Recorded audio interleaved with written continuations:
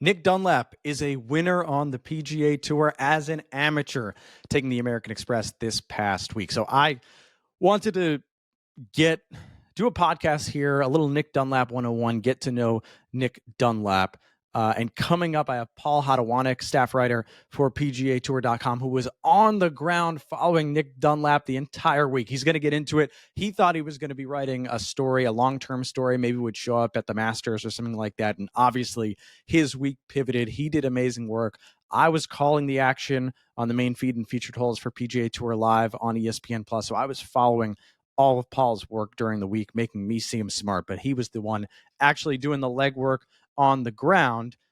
In terms of Nick Dunlap, before we get into this, just in case you need the nuts and bolts of what just happened, Nick Dunlap at 29 under at the American Express is the first amateur to win on the PGA Tour in 33 years. The last was Phil Mickelson at the Northern Telecom Open in January 1991. He was an Arizona State golfer at the time. Phil actually stayed in college for the next year and a half. Things were a little bit different in terms of what an amateur would get back then, but we do need to touch we will touch on that on this podcast about what all that could mean for Nick Dunlap. As the reigning U.S. amateur champion, he was the first reigning U.S. amateur champion to win on the PGA Tour since Tiger Woods did it in 1996. Tiger won a lot of times as the reigning U.S. amateur champion, but he did turn pro immediately after that 1996 U.S. amateur when he beat our good friend of the pod, Steve Scott.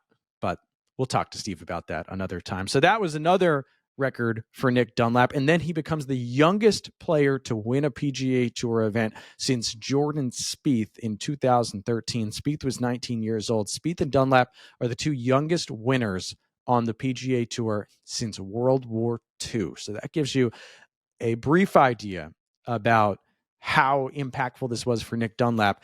He was supposed to play the Farmers Insurance Open this week on a sponsor's exemption as an amateur again. He chose to withdraw.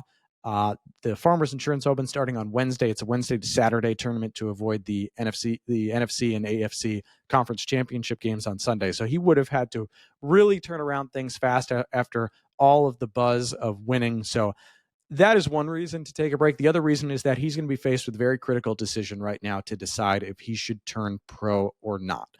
So if you're wondering, he did not make any money. He did not make any prize money for winning the American Express as an amateur. He did not collect any FedEx Cup points. He cannot get either of those retroactively. The money gets passed down one place down. So Christian Bezuidenhout, congrats to him on finishing sole second. He gets the entire first place check and so forth. The FedEx Cup points do not go down the line. So the 500 FedEx Cup points, no one ends up getting them. Bezuidenhout gets regular second place FedEx Cup points for this full field event.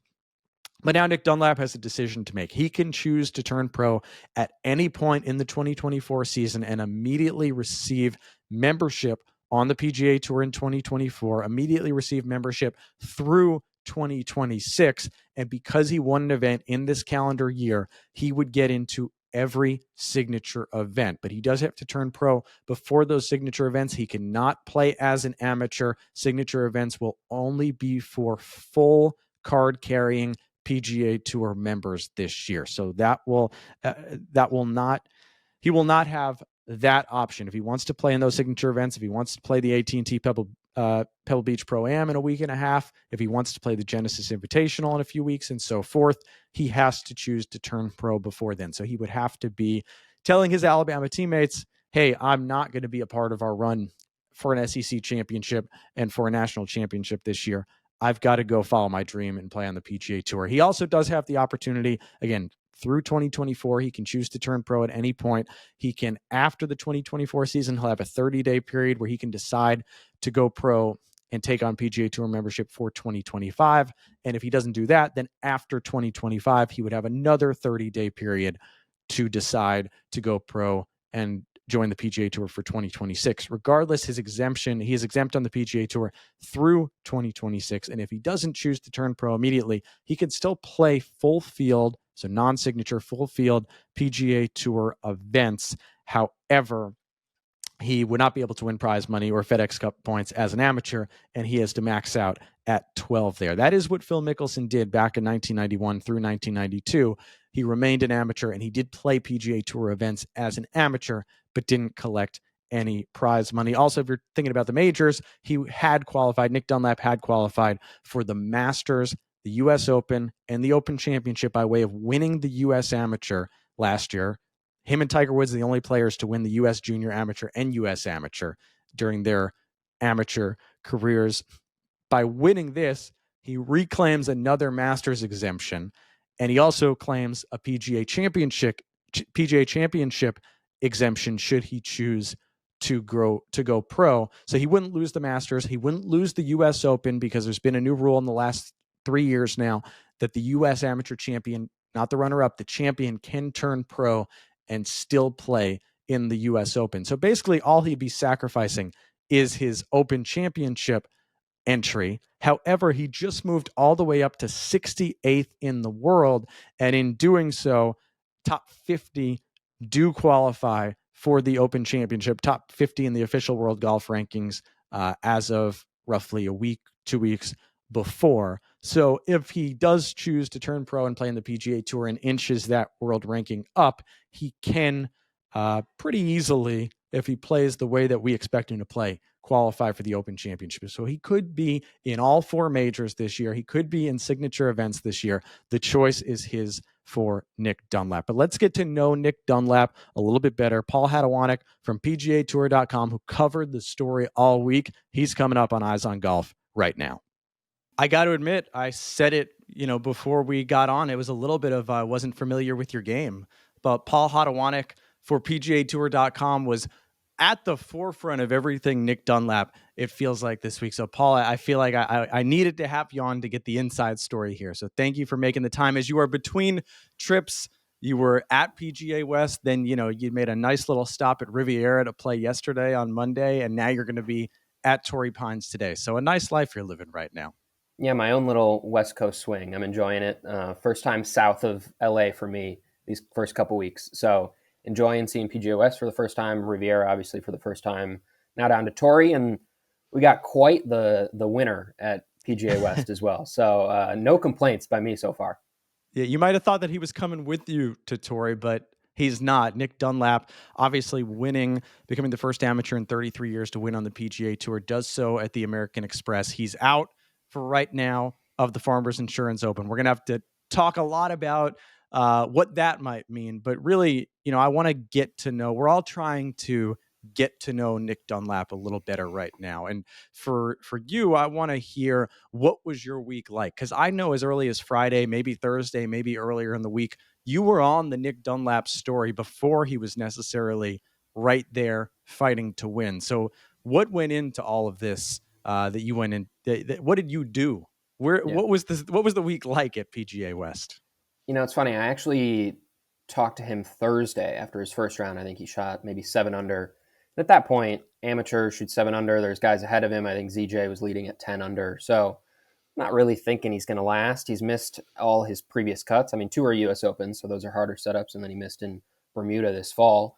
So was more so planning, hey, I should talk to him. I should talk to the people around him, see if his family's here, and maybe work on a story for like the Masters when he makes his start. So I was starting my pre-reporting, calling people, talking to people about him for a story I thought I wasn't going to write for 3 months. And then Friday happens and he's in contention, and I say, all right, well, still probably the Masters. I don't know. This is a weekend at a tour event. He's an amateur. He talked about on Friday night how nervous he was coming up 16, 17, 18 on Friday. And I'm saying, all right, well, this is a kid who I'm glad he was talking to us about how nervous he was, but it kind of is like one of those things where I'm like, well, I don't think he's going to be there come Sunday. And then the birdies just start rolling on Saturday over and over and over again. And we're like, is he about to shoot 59? And so that's when I realized my story's not coming out 4 months from now. It's coming out on Sunday. It was coming out regardless of if he won or not. So I'm glad he won, because that put a little bit of a better bow on it. But it's a remarkable rise for a kid that I think people in the amateur scene, the college scene, even in as local as Birmingham, Alabama, none of them are surprised by this. This guy is a very, very decorated, very, very talented player, which I'm sure we'll get into. And so I kind of expected him to do it after Saturday night with a 3-shot lead. This did not feel like the previous 2 days. I was not waiting for him to fail that final day. I was expecting him to go out and get it. And there was a little blip there in the middle, but he outlasted 2 Ryder Cuppers, which I think is all you need to know about the kid. Yeah, and I think it's funny too because my fiance said when I told her I was doing this with you, with all due respect, Paul, she said, "Do you think is Nick Dunlap, like, is he too big to get on your podcast right now?" I was like, yes. He, at this moment, I said maybe a week ago, I could have put in a call and seen what I could have done. And so you said you talked to him on Thursday, and I think I've been, and so many reporters have probably been in this situation where you do have that conversation pre-week with a player and athlete, and then everyone jumps on the story. So when you think about what was the guy like that you talked to on Thursday, and perhaps a much uh, less much less hoopla around that media session versus say Sunday when everyone was there asking him questions? Yeah, I was the only one there asking him questions. I actually asked him a couple on camera and then said, "Hey, I'm gonna grab him off camera. I don't know if I want the rest of the world to be able to just hear this one conversation with just me and him." And so at that point, he's just excited to be there, excited to learn. He called it a learning week. And I think it was kind of his first good round that he's played in a professional event after the tough kind of stretch that he had gone through his previous 3 events. So he was just happy to be there, happy to have these 2 weeks at the American Express and then presumably at the Farmers with what he thought at that point. But at that point, he was the only one there. No girlfriend, no family, no one was there. He's a mature kid that doesn't really need other people around him. If he's going to turn pro here soon, he's got the demeanor, he's got the maturity already for it. And so he was just kind of happy to be there. I was asking him about PGA Tour U accelerated, whether he could get that and maybe get his card like Gordon Sargent. And feels like ancient history. I know. Even asking him do you think you'd take the membership right away? And at that point, he was like, I don't know. I mean, he really, at that point, really talked about wanting to go back to Alabama and win the SEC championship and compete for an NCAA championship. I think things change a little bit when you have a 2 years winner's exemption and now you can get into the signature events. But at that point, it was really just a kid excited to learn, a kid excited to play well, and honestly, a kid excited to get out of the Alabama cold and enjoy some sun in California. Yeah, I think it's he's not lying when he says he couldn't actually think about that ahead of time. So I think that's accurate there. Now for you coming into the story, obviously, and I want people to get to know Nick Dunlap before this, because obviously for those who follow the amateur game, he's been a name that's been around a long time. And you mentioned a lot in the story, the US Junior Am and the US Am obviously jumping out to people as those are the big things.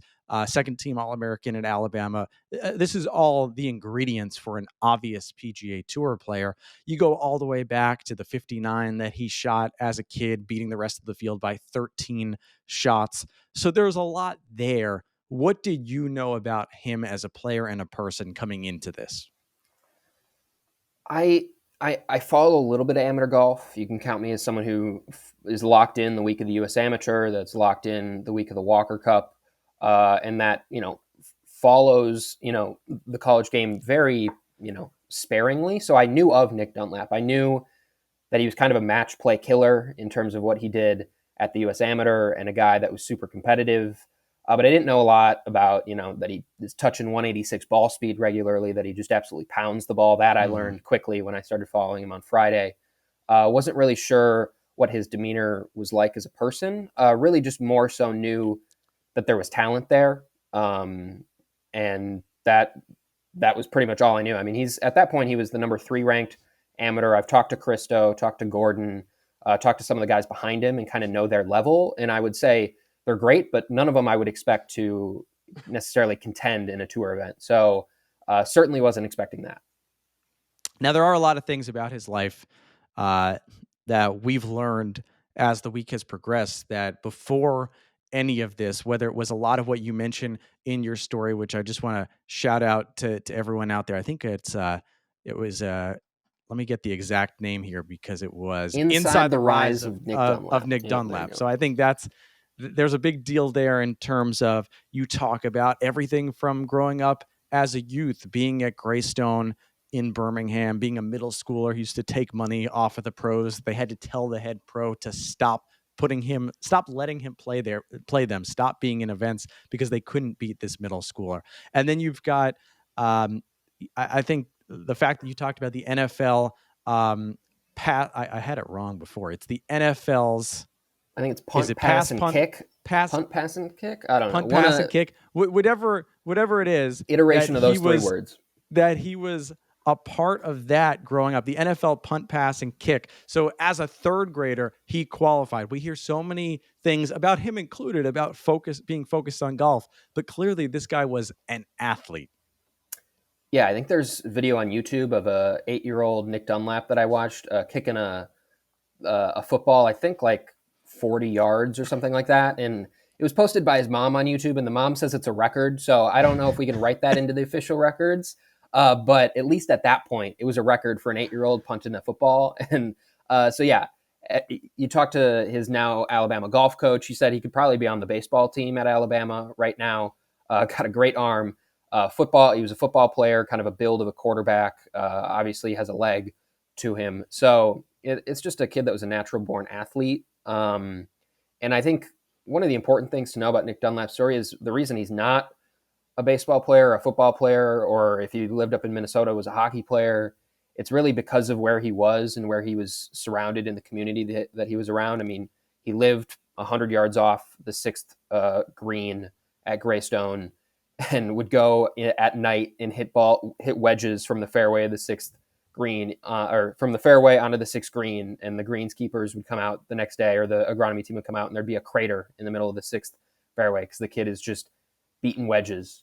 He just wanted to get better. He's the very stereotypical riding the bike up to the pro shop in the morning, isn't going to leave till he's kicked out later in the day. So this is, it's one of those stories where he loved golf, and he wasn't necessarily a kid's kid going to the playground, playing video games. Like, he was around those pros, Corn Ferry players, tour players, high-level amateurs, and he was playing with them, and it kind of, it takes a village to raise a greatness, takes a village to raise a superstar at some point, and that was kind of his group that he learned from, just by osmosis, got better from, and obviously turned into what he is now. Yeah, I'm finally reading the Tiger Woods book by Armin Katayan and Jeff Benedict. And, obviously there's so much. Tiger's a unique situation, but Earl Woods did not want Tiger playing any other sports. There are stories about Tiger asking to play soccer and his teachers asking, and Earl saying, no, he is a golfer. And it seems like Nick Dunlap, obviously a much different upbringing. A lot of what you mentioned was self motivated in terms of being around the golf course. His parents, not necessarily the most avid golfers. Obviously, it did help how close he lived to the course. And like you said, sort of being in what do we call it? Jupiter Mid-South, Jupiter Deep South in Birmingham. But it seems like there was not necessarily this pressure that was put on anyone except Nick Dunlap, putting that pressure on himself. What taste did you get from his parents and his family, who was obviously there on Sunday? We saw them on TV. What did you notice about the way that they interacted on the ground? Yeah, I mean, they're super sweet. They were super just like soaking in the moment, I think, that their son was doing this. I don't think it really came to them at all. Even they hung out with him after the green. They were in there for the press conferences. Nick did more media than I've ever seen anyone do media. Afterwards, ESPN, Good Morning America, he gets a phone call from Nick Saban in the middle of all of it, and the family's just kind of sitting there, just kind of still shell-shocked, loving what's going on. And so, yeah, I think you could best describe both, like the dad as a weekend hack. I think the mom played a little bit, but not really into golf. They lived on the golf course, but they weren't big-time golfers, as you said. And I think the dad said at one point, like, I handed Nick the club when he was 6 or 7, and it was making marks on the club from areas that I've never hit on the club. So he's, from that early age, he was hitting it right in the center of the face, which his dad wasn't doing very often. And so I think it very much was a situation of, he loved golf. They let him play golf, and I think they pushed him in some sense, but only because that was what he wanted. It was not one of these helicopter parents. That is not Mhm. what I heard from talking to anyone that knows his family. It was very much this is what Nick loves. We're going to support what Nick loves. If Nick wants to go kick field goals or be a punter for Alabama, he can go do that. If he wants to be on the baseball team, he can go do that. If he wants to hit golf balls, great. We're going to support him either way. And I think that came across on TV from what people saw of them. Just really sweet individuals, and Nick, really really nice, down to earth kid too. When I talked to him early week, when I talked to him throughout, super open, super vulnerable about how he was feeling. Just an emotionally mature kid. Then I think he gets that from his parents certainly. Yeah, the vulnerability. Let's touch on that because we didn't see any adversity. I think you were all over on Friday. He was playing with Wilson Furr, who's a former Alabama player, a couple of years older than Nick Dunlap. So Nick said it was a comfortable pairing for those first 2 days, and then Wilson, you noted he was dealing with an injury on Friday, didn't withdrew before Saturday. So all of a sudden, Nick Dunlap, who starts Saturday 2 shots off the lead, is playing by himself with two amateurs, him being an amateur himself. I believe Ed Jovanowski, the five-time All-Star defenseman, was his playing partner. He's at La Quinta. That has to feel at least like not an empty feeling, but it's a more secluded feeling while he's shooting that 60, as opposed to the next day coming to the stadium course and walking the entire day with just Sam Burns and Justin Thomas. He deals with, obviously, on 7, taking the double bogey, hitting a ball in the water, seems to bring the field back. And then it's a seesaw battle the rest of the way with him and Sam Burns and Kevin Yu and Christian Bezadenhout. What did you notice about that change in his ability to react on Sunday as opposed to how simple the conditions were on Saturday? Yeah, I think he called it a bad swing, and I'm inclined to believe there was. I mean, he admitted there was nerves all day, but the first 6 holes, he's playing confidently. He's missing a couple birdie putts that he could make. He makes an easy one on the par 5. I believe that's the 5th hole. So he's just kind of going about his business, and it seems like that's all he really needs to do in that scenario. That course, as we saw from the low scores, uh, if when he's up 3 to start the day, if he just kind of plays a solid round of golf and continues to put pressure on those other guys, like it's gonna be really hard to beat him. So the swing on 7 was shocking. I mean, it was like a shank, basically, straight into the middle of the water. Never had a chance. But I think you see him respond with a birdie immediately on 8. He steadies himself. He watches Burns make birdies on 10 and 11 to take the lead outright. And at that point, I'm kind of expecting him, okay, maybe he will go away. Maybe this 7 was kind of the hiccup, and he's not quite got the firepower to come or like chase down a 5-time winner in Sam Burns. Like, I'm not sure he's got that Mm-hmm. in him, but you just saw him steady himself, couple drives right down the middle. He hits the flagstick on the 15th. And then 16 and 17 were just, those are the shots you expect Sam Burns to hit. And Sam Burns is the one that looks like the kid that doesn't know how to win when he kind of blows one right on 16, can't get up and down for birdie on a hole you should birdie, and then puts the one in the water on 17 after Nick Dunlap narrowly makes it over the water, but made it over the water. So I was just continually impressed by his ability to stick in there and his grit. And I think that's another thing that when you talk to anyone around him is he does have the ball speed and he has the talent, but there is a ferocity to his competitiveness. And he just wants to go out and beat you. And multiple people called him a grinder at different points. And I think you saw that throughout the back 9. He was patient. He wasn't firing at flags immediately after that double. He took the birdie on 8, which is a par 5 you should get, and he did. And then he kind of bided his time and he waited for a moment where he could get back in this. And he did it on 16. He made that clutch putt. He probably should have birdied 15 when that hit the flagstick. It was probably going to stop 2 or 3 feet away. It honestly gets a bad break by going 12 feet away and he doesn't make that putt. So it's a kid that was, you know, handling the punches that the course gave to him, that Burns gave to him.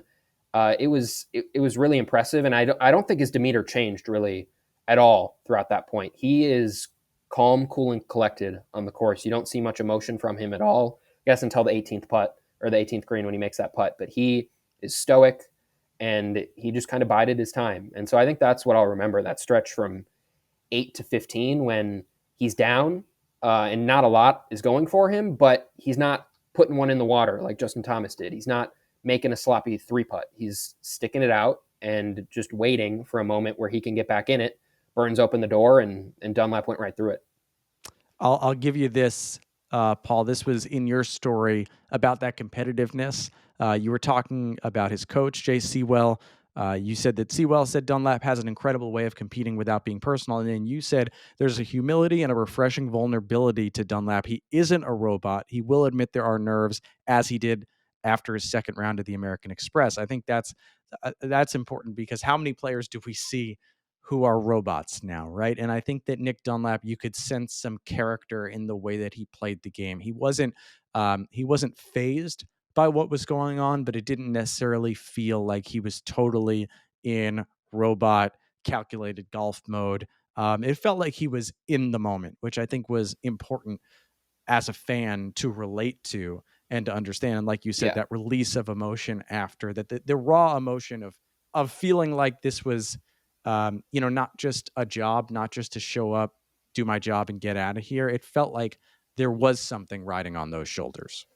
Yeah, and he said something super prescient, I think, in his post round presser, which he was just like, there were times where I just took a moment and like looked around and said, like, man, look at what I'm doing. Like, this is super cool. And that is like the emotional like maturity of a guy that's been on tour a long time. Like, I'm expecting Justin Thomas, now 30, to talk about that. Or I'm expecting a guy way later in his career to talk about how cool it is to just kind of look around and see what I'm doing. For a 20-year-old who has never been in that moment, I think it would be so easy to be so singularly focused on the shots, trying not to F it up, quite frankly. And like, you don't want to be the one that blows this. You want to make history. And for him to say, no, I took so many moments where me and my caddy just kind of looked around and said, this is cool. I don't know if I'm going to do this again. Like, I need to enjoy this. I think that, again, is just something I'm not expecting a college sophomore to say. Like, that is not what I would be saying as a college sophomore at that point. I would be so nervous. I wouldn't be able to hit a golf ball at all. And this kid has the wherewithal to look around and say, man, this is sweet. Playing with Sam Burns, playing with Justin Thomas. That doesn't mean he wasn't nervous. I mean, he said it was the most nervous he's ever been in his life. He said when he was standing over that putt on 18, that it was the simplest putt you could ever hit in like a normal round. It was left center firm all the way. But he said, I couldn't feel my hands, I couldn't feel my legs, I couldn't feel anything. So it becomes a lot harder at that point. So he just seems to have that mix of he's going to let you in, he's going to tell you kind of what he was feeling, but it really also doesn't seem to affect his play. Like, he is just so rock solid when it becomes time to hit the shot. Then he does tunnel vision into the shot. But when he's walking in between, when he's watching his partners, like, he takes it all in.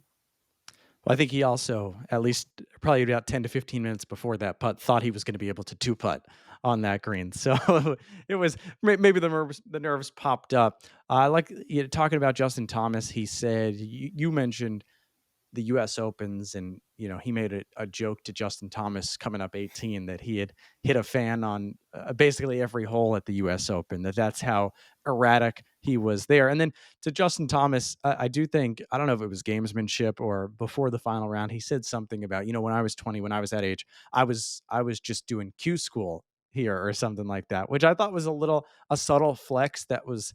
And I know Justin Thomas went 2 years to Alabama, but it was a little bit of like, I was out of college at this point. And I think you see, yeah, it's hard to compare all of this. You saw the PGA Tour share. Jordan Spieth did win a PGA Tour event younger than Nick Dunlap. They're now the two youngest players to win on the PGA Tour since World War II. So Spieth went pro earlier. You were talking about Nick Dunlap standing up to the moment, and I thought a lot about Sam Bennett this week. Sam Bennett, if we can all transport ourselves back to the Masters, third round, he's playing in the final group with Brooks Koepka and John Rahm. And he doesn't necessarily stand up to the moment as that round progresses. Still an incredible performance, ends up, going pro. And Nick Dunlap jumped up from the Sam Bennett comparisons to Tiger Woods, Phil Mickelson, and Jordan Spieth within about 24 hours. And that gets me thinking with, if you take away the win for a second, and it's hard to do that, how does Nick Dunlap line up with some of these other prospects? Because every year, every few years, it feels like we have this this is going to be the next guy on the PGA Tour. And I'm talking, it was, Tiger, Rory, Spieth, I think of the last, 25 years are the real true prodigy prospects that came up. And then there are so many guys who were right on the cusp. So how does Nick Dunlap compare? Should we have seen this coming? How does he compare to a Sam Bennett, to a Will Zalatoris, to a Scotty Scheffler? Where does he lie when you look at what he has coming up, if you forget the win for a second? I think you have to be as bullish on him as you are on any of those guys coming up. I mean, I think if we're talking about where he is now compared to where Scotty was at 20, to where Zalatoris was at 20, to where even someone like Ludwig Aubert was at 20, because remember, Aubert is 24 now. Yeah. So this is, imagine Nick Dunlap in 4 years. That's where Ludwig is right now. And so as exciting as we think he is, I think Dunlap has the chance to be every bit of that. Truthfully, I think he has the power to do it. He hits it a mile. He's carrying it much further than both Burns and Thomas, pretty much every hole throughout that final round. And I think he certainly has the talent. Like, his wedge game is really, really solid as well.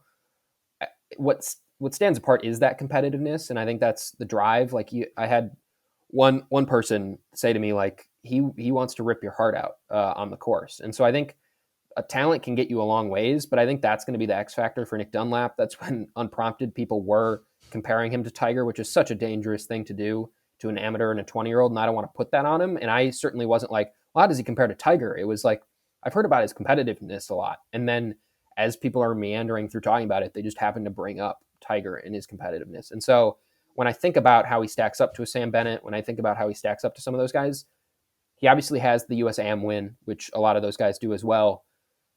But he was just entering his sophomore season. Like, he just finished his third semester in college. So if you go through the accolades, at least collegiately, it's not going to stack up to an Aubert. It's not even going to stack up to a Sargent because he's a year ahead of him. But I think if this kid had gone all 4 years, and I guess it's still a possibility, he hasn't picked up membership as we've recorded this, I think by the end of it, he would stack up with a resume that, is suited to all those guys. So I'm as bullish on Nick Dunlap as I would have been on any of those 20-year-olds, and none of those guys went and won a PGA Tour event as an amateur. And so it's hard in these moments. You get captivated by what could have been just one amazing week. But you saw someone like Christo was leading the first round of the Open and then nearly missed the cut. And so, or did miss the cut. I don't even, it was either he made the cut. He made the cut on the line. He was the only amateur to make the cut. So he ended up being low amateur, but he dropped well off the pace by the weekend. Right. And winning a major and winning the American Express are two different things, but you're up against major players in Justin Thomas, Sam Burns. You got Xander Schauffele's in the mix at the end. Like, the Amex was a good field this last week. This isn't beating up on none of the top players in the world. Like, there were a lot of good players here. So it's a long answer to tell you I'm as excited, as bullish as I would be for any prospect that's come out on the tour in the last 10 years since Jordan Spieth. Yeah, let's remind people to understand what we're talking about here. The first amateur to win on the PGA Tour in 33 years is Nick Dunlap. Phil Mickelson was the last to do it in 1991, which, by the way, there's symmetry to this. He also won at Cherry Hills, the U.S. Amateur, and then won in January. But Phil ended up staying in college for another year and a half, essentially. He would finish out that season at Arizona State and come back another year. Then the Tiger comparisons. Nick Dunlap and Tiger, the only players to win the U.S. Junior Am and the U.S. Am. People will point out Tiger won each of those 3 times, so a little different. Yep. But then he becomes also the first reigning U.S. amateur champ to win on the PGA Tour since Tiger Woods. Tiger had turned pro when he did that, but that's the Tiger comparison. And then the Spieth comparison is that he's the youngest player to win since Spieth did at the 2013 John Deere Classic. Spieth went pro midway through, I believe, his sophomore season at Texas, and then didn't get through Q school, but ended up getting some nice sponsors exemptions, getting some top tens, got the win. He hasn't looked back in the decade since. So now that's where you're lining up a lot of Nick Dunlap. You mentioned Gordon Sargent, because I want to talk about Gordon Sargent and Christo Lamprecht. Those are the low amateur at the U.S. Open, low amateur at the Open Championship. And Gordon Sargent grew up right down the street in Birmingham. There's a story here in that Nick Dunlap and Gordon Sargent have been playing against each other since they were kids. They're the two best American amateurs in the world right now, and they might be on a crash course for a 2-decade rivalry on the PGA Tour. Yeah, it's kind of crazy that it's 20 minutes. They grew up 20 minutes from each other. Gordon Sargent played out at Shoal Creek mostly, and as we previously mentioned, Dunlap is over at Greystone. And so it's, if you're looking for this story where they were dueling constantly as juniors, it's not quite that. Nick moved around a little bit. He moved to South Carolina. He moved to Huntsville. So there were moments where it's not like they played at 9, 10, 11, 12. Like, it wasn't every year they were going to battle, but they knew of each other. They played against each other in certain tournaments.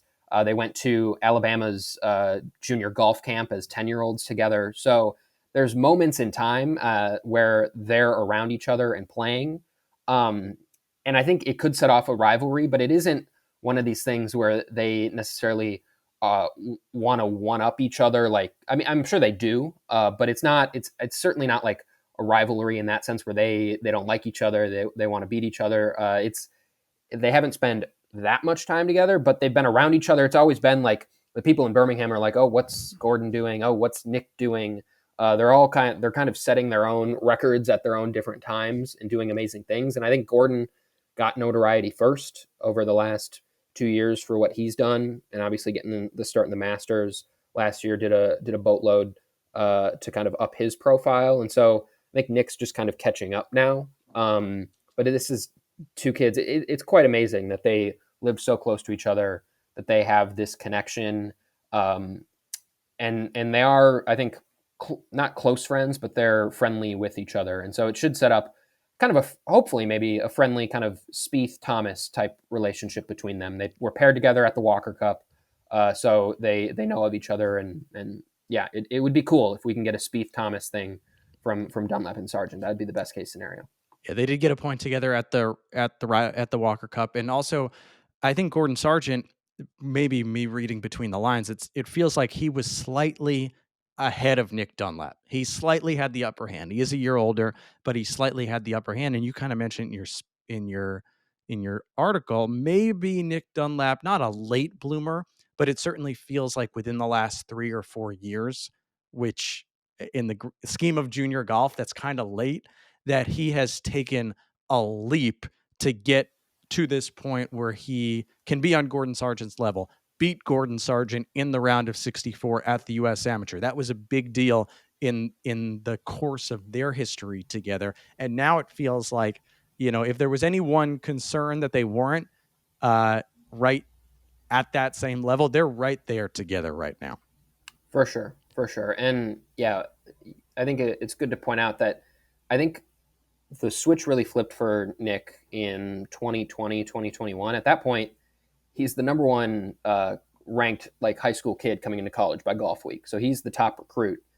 But he still had that moment of like, how good am I? I'm playing casually with Sepp Straka and Trey Mullinax and Jeff Curl, who's a former KFT player, who's his closest mentor and friend. Like, I'm playing out with them, Lee Hodges, I'm playing with all those guys. But how good am I really? And I think the 2021 Junior Am, when he won that was the moment where he had a little bit more self-belief. And I talked to his kind of mental coach, which we've talked about how yes. far this has come. The fact that he has a mental coach who has known him since he was 10. They've started working together in the last few years. The fact that this kid already has that type of coaching and leadership around him, I think speaks to maybe what Phil wasn't doing in 1991, how the infrastructure was around then. But no, it just started from that young age of belief. And I think that 2021 year was really when he said, okay, I'm really good. He goes to Alabama. has a so-so fall season, then he wins in the spring. He starts to kind of consistently be really good, and then he has the summer, this last summer, where he wins the Northeast Amateur, he wins the North and South, and he wins the US Am. Like, those are three of the biggest events in amateur golf, and he just goes and wins them all. I think that was the moment that we realized, that he fully realized, I'm really good. And once you have that self belief as an athlete, then like the sky's the limit. When you believe you can be there, that's why he showed up on the final round and he feels like he can beat Justin Thomas and he can beat Sam Burns, is because of those things that he's done prior.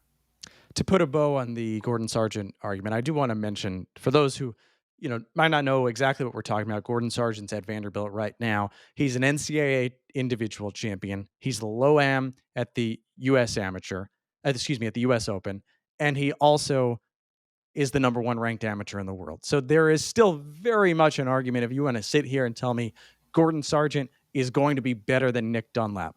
I'm not going to tell you otherwise. Right. He blew the socks off of Brooks Koepka and Rory McIlroy in their practice round at the Masters, just hitting it by Rory. Rory said he's the only person he's ever seen control 190 mile per hour ball speed and do it like with consistently. He's speaking of Sargent there. So this is a kid that, especially in the modern game with how important distance is, has a leg up on everyone else in amateur golf, even Nick. And we'll see once he turns pro how that compares to some of the best. But in a small sample size, some of the world's best players were just wowed by what Sargent can do with a golf ball. So good time if you're a follower of young players, that's for sure.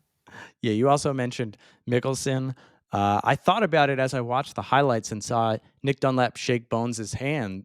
Obviously Bones caddying for Justin Thomas. I thought to myself, wait a second, was Bones at both of these? But that first win that Phil Mickelson had as an amateur is the only win that he had in his PGA Tour career. Of the 45, the only one that Bones was not, or excuse me, I take that back. His brother Tim was on the bag for, I guess, the last two, including that PGA Championship. But Bones was basically there for everything, not quite that.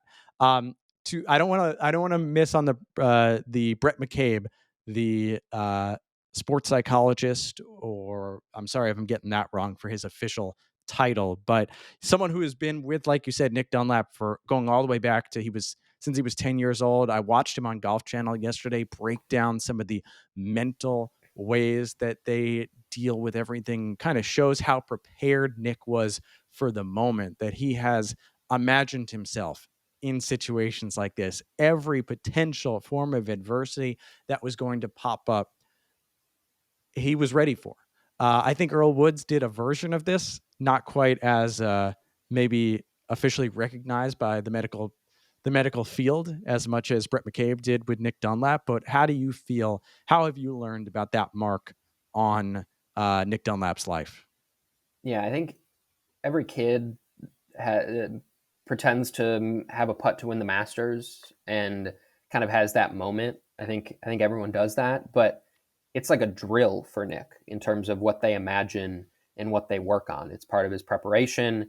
It's so he can be prepared for all outcomes, for all possibilities. Even he said, "I'm not sure I envision the possibility where I shanked a 3-iron into into the water on the 7th hole." That was one that he hadn't quite imagined at that point. But it's something they talk about deeply, is just preparing for every outcome and just not stepping into any shot, into any moment, feeling like you're unprepared for it. And so I think mentally that's the biggest thing. And honestly, when I talked to Brett, he downplayed a little bit. He's like, I don't have to do much for that kid. He's got a lot of it himself. And I think a lot of it has, again, come through that osmosis of, he was caddying for Jeff Curl as a 15-year-old on the Korn Ferry Tour. He traveled with him and caddied a few events.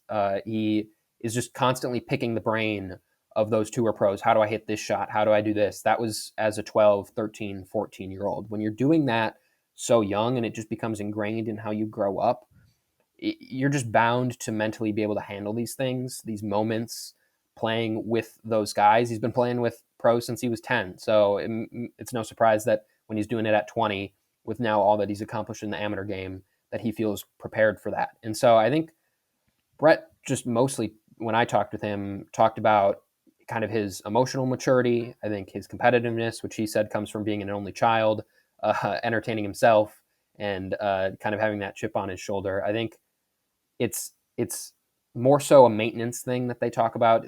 Brett talks to him pretty much every tournament week. He was talking to him throughout this week, just giving him little reminders, little tips, little things that can kind of help calm his nerves and just keep him focused. And I think you saw that work out. But I think it's a kid that, as Brett will tell you, he doesn't have to do much with because he's got a lot of those intangibles already. Yeah, I think on the tee sheet, you don't see that, right? You see the A next to his name, and that's all you think about. What we've learned this week is that he was perhaps as prepared as you could be to find yourself in this moment, even as an amateur, even as a sophomore in college, even as a 20-year-old, which leads, we've got to talk before you go, Paul. We've got to talk about the decision that now lies for Nick Dunlap. He drops out this week of the Farmers Insurance Open, probably part of it just being the tournament Farmers happening 3 days later. I said, could you imagine him teeing off within 72 hours of all of this hoopla? Probably best mentally to take a break, and probably best for him to sort of map out what's next. Part of that could be that he doesn't want to play 3 straight weeks, and he could be come, Thursday, Friday, we might see him on the list for the AT&T Pebble Beach Pro-Am coming up.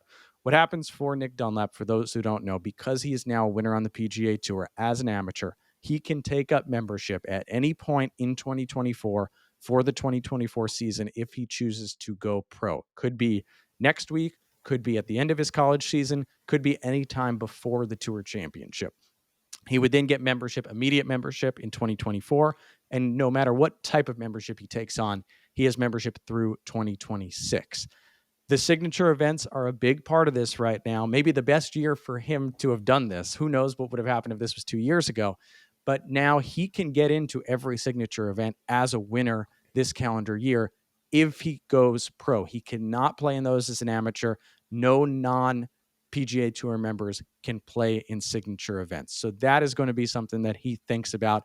The later he waits, the less signature events that he enters into. And from a purely monetary standpoint, many of these events are no cut or limited field, and there's a tremendous opportunity there.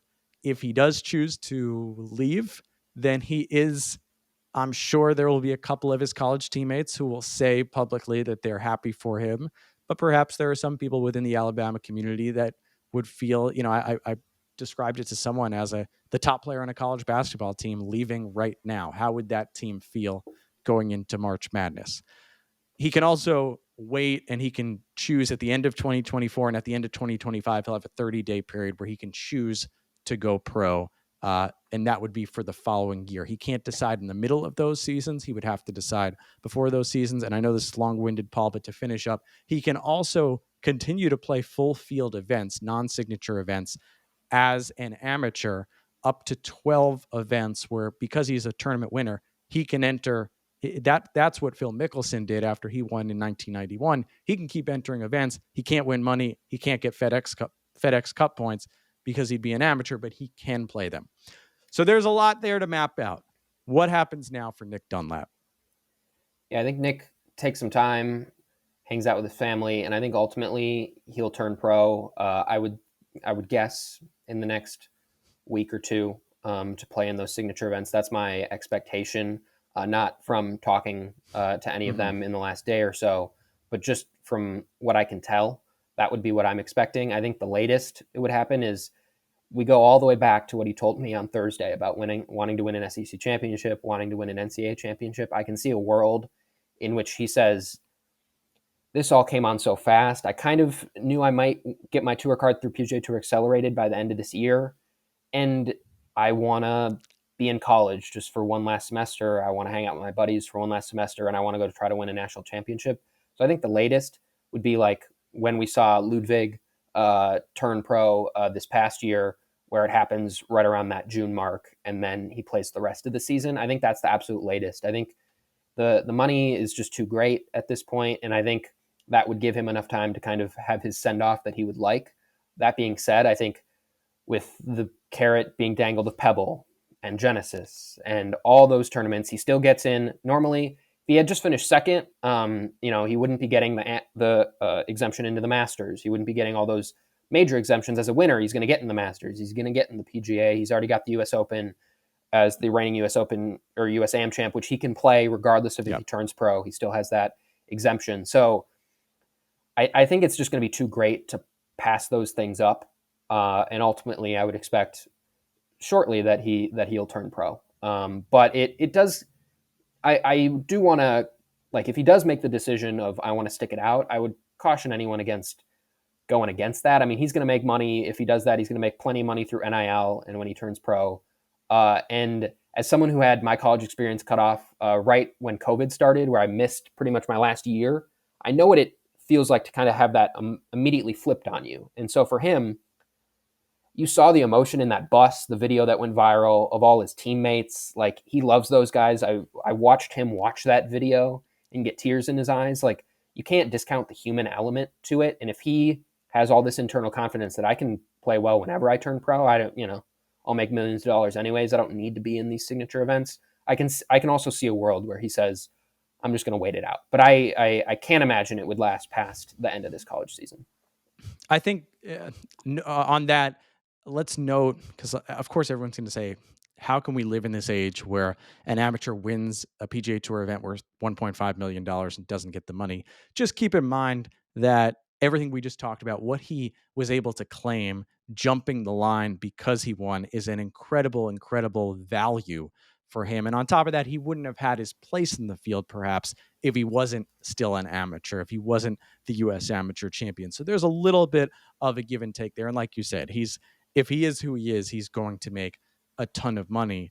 I think he becomes instantly the most desirable college golfer ever for a brand if they want to partner with him. So I think if he decided he didn't want to turn pro, I think he would have plenty of opportunities, speaking opportunities, anything he wants to be able to get his money. So I think he'll come out in the wash. I think it'll all work out.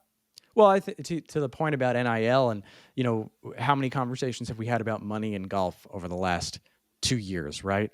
At the end of the day, we could talk about NIL, we could talk about the money of the signature events, but really I think the draw is you can play Pebble Beach in 2 weeks if you want.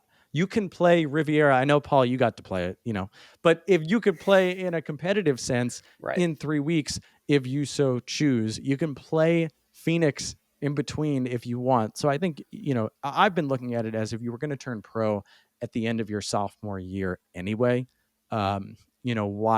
why wait other than the fact that you might be letting your teammates down? I think that's, he's talked about that a lot. I think the quote that he had was something along the lines of, I know there are a lot of people who are relying on me and a lot of people that, my decision affects, was what he said. I think a big part of that's his college teammates are out there. I think it's also important to note that Birmingham, like you said, or Tuscaloosa, or wherever he ends up, could be a home for him, a base, but he's going to get thrown into the fire if he so chooses to go pro before the end of the college season, in a way that, we know that these pros are set up. They have their hub, they have their practice area, they have their schedule. It's a different grab bag mentality for him to be. It's a grind. It can be grueling. It can be tiring. It can be lonesome to just jump into that all of a sudden. So that has to be factored in as well. Yeah, for sure. I mean, it's one thing to kind of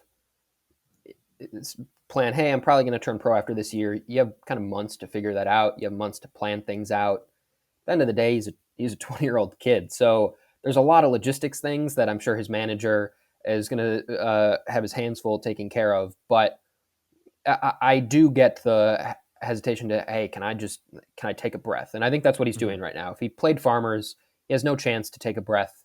He's probably not arriving until Tuesday morning. He's getting one practice round in, and he's going out to play. And that's probably not the best option for him at this point. So I think it makes all the sense in the world to go home, celebrate with everyone, give yourself a day or 2 or 3 to fully kind of let everything sink in, and then decide what you want to do now. Because I think it would have been a disservice to him. We had to ask the question after the round, but I think it would have been a disservice to him to say one way or the other what he's doing. I think you have to let yourself feel that moment, and then when you have a clear head, figure out what you want to do next.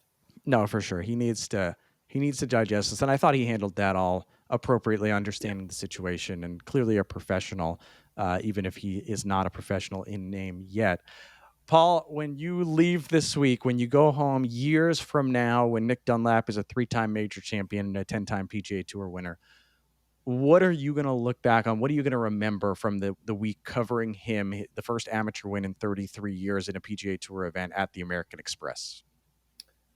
I think I'm going to remember the scene on the 18th green afterward. I mean, when it went in, the emotion he showed, crying with as he's hugging his parents. I'm going to remember that, and I'm going to remember the family lingered on that green for an hour. I mean, he was taking photos, he was doing interviews, but the family was on the green. They were standing by where he had his 7-footer. They were asking, "Mom, you think he could make that putt?"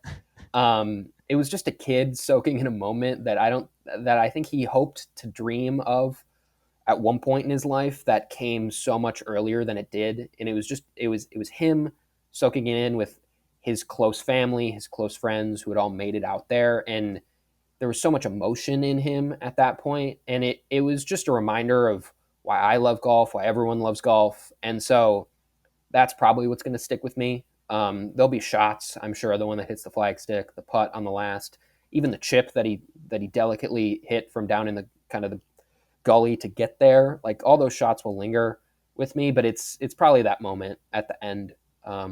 Just getting to watch him experience that in real time. I'd written my story. My story was pretty much done. So I spent the next 2 hours just tracking everything that he was doing and kind of seeing what it's like when you make history and what it looks like in the moments after. And it looks very intimate. It looks very emotional. And I think those are the memories that I'll remember. Yeah, his caddy, Hunter Hamrick, said apparently right before the putt that your mom could make this putt, the putt that he had to win the tournament. So it worked out. He doesn't think his mom could make it. We got that answer out of him. He didn't think she could make it. So. Well, to the PGA Tour media team, I think they have to do that before next year's event. Got to line that up for mom. I think I'll remember just that final scene you were talking about. When I watched the replay, I saw Justin Thomas and Sam Burns.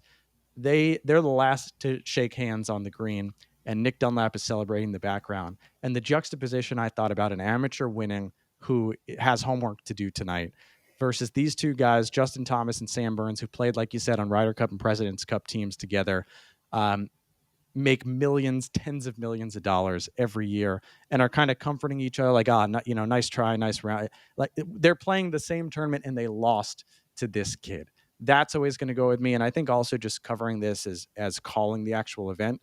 I think we see this a lot in other sports, especially tennis. When you're following the majors in tennis and a player steps up, when Carlos Alcaraz stepped up a couple of years ago, you start to think, okay, this guy's good, this guy's good, this guy's good. And all of a sudden this is for real. And I think that definitely on Saturday when he shot that 60 and Justin Thomas shot a 61 and lost a shot to the leader, that was when I think he stood up and to me said, I'm for real. I'm not going away. You guys are going to have to come out and get me tomorrow. And that's exactly what happened, even with that double bogey. So Paul Hodowanic, I know you got to keep on moving. You're waiting to go to the press conference right now at Torrey for the Farmers Insurance Open. I'm sure you'll have another amazing story to cover this week.